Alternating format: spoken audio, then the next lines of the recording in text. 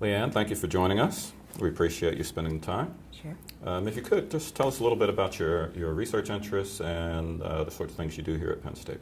So I'm a professor of political science and women's studies, and I have two different interests. The first is really women's movements and how they've progressed over time. And the second is really protest and social movements. And in the course of that, I study mainly American politics. Okay.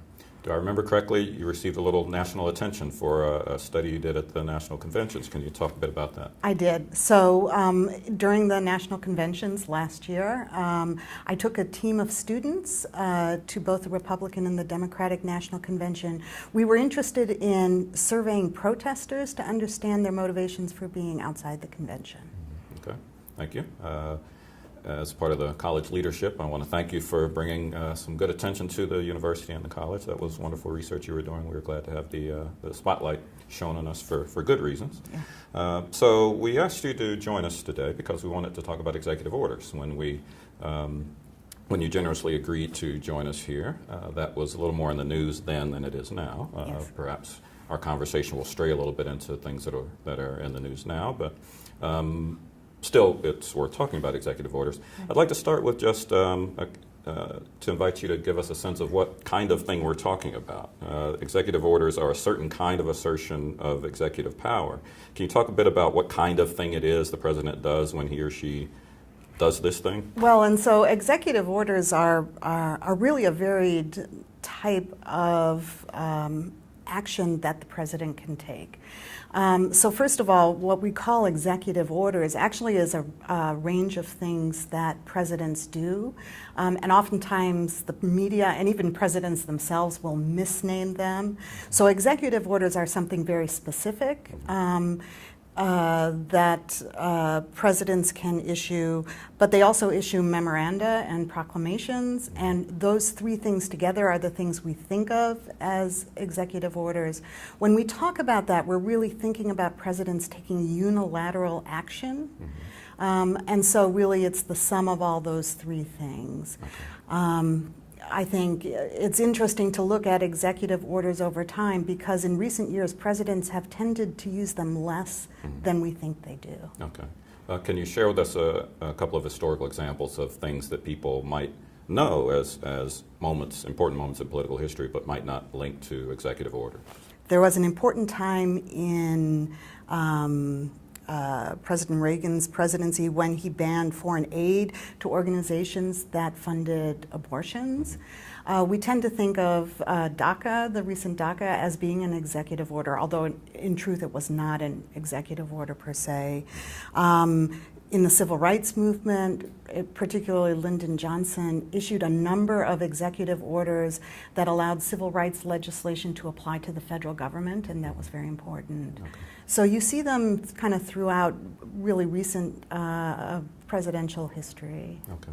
So in Civics 101, we all take in some form, we're encouraged to think that the legislative branch is responsible for making law. But executive orders feel like laws. Can you talk a bit about how that relates to this other branch and its work? Yeah, so I mean, it is true. The Congress has in the Constitution the power to legislate. But Article 2 gives the president executive power, and that is very undefined in terms of the Constitution. It's a lean and mean document, if you will. And so it's really through that power that presidents have taken executive action.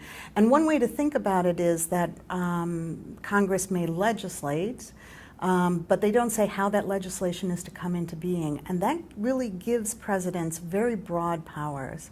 So we know that Congress has legislated, for example, on immigration legislation, but it still gives presidents and the executive branch broad power with which to determine how and how that legislation is implemented and who specifically can come into the country and at what time.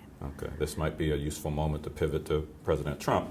Right. Am I right in thinking this is the point of entry for some of the most controversial things that he did? Right? He was in some sense implementing congressional dictates about immigration policy, but he had a great deal of discretion to decide how that looked. Yeah, I mean, he's taken a lot of unilateral actions. Very few of those have actually been in the form of executive orders. Okay. And so he's done what many other presidents have done as they come into office. In recent times, many presidents spend their first couple of weeks in offices issuing executive orders that rescind previous executive orders. So that's quite a common thing that Barack Obama did, that George W. Bush did, and that Donald Trump has also done. But a lot of the other things that he has done really falls under less executive orders than proclamations or agency directives, where he is simply letting agencies know that they should implement a piece of legislation in one way or another. Okay. So some of the concern around President Trump's initial actions took the form of people complaining that, oh my God, this is unprecedented. Why is he trying to be an autocrat? He's trying to rule entirely by himself. But you've said some things that suggest he's doing things that are very much like things other presidents have done. Can you talk a bit about that? Well, so for example, the president that holds the highest number of executive orders is Franklin Delano Roosevelt, and it's in the thousands. Most presidents in modern times have been introducing less and less, but nothing comes close to that number. And even if Donald Trump were to continue to issue these orders in the same pace, he would never approach what FDR did in his presidency, and others as well. At the moment, I kind of went and looked and tried to pace them out, right? Which is not necessarily appropriate, because most presidents introduce a lot of executive orders in their last 2 years. But he's really on par with Jimmy Carter, who really was not even in the top 15 or 20 presidents to introduce executive orders. So that puts it in a kind of different light.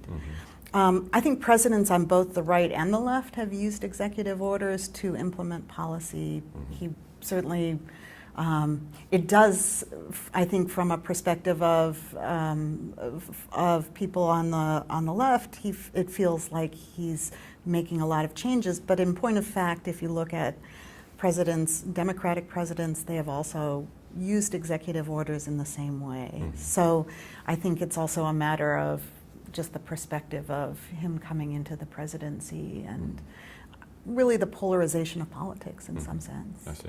Okay. You may have answered this question just now, but I was curious to know if there were any sort of common misconceptions you think people have about executive orders that you'd like to dispel, or common intuitions that are right in germ but that need sort of expanding. Well, I do think that I'll go with the right first. I do think people are correct in seeing that executive power and the executive orders that presidents make a difference in politics. They absolutely do. And that is, I think, the correct assumption. So when Donald Trump comes in and issues executive orders or directives or proclamations or the many kinds of documents he has at his in hand to run the executive, it does make a difference in people's lives. What I think is kind of a misconception is that he is unusual in some sense. He,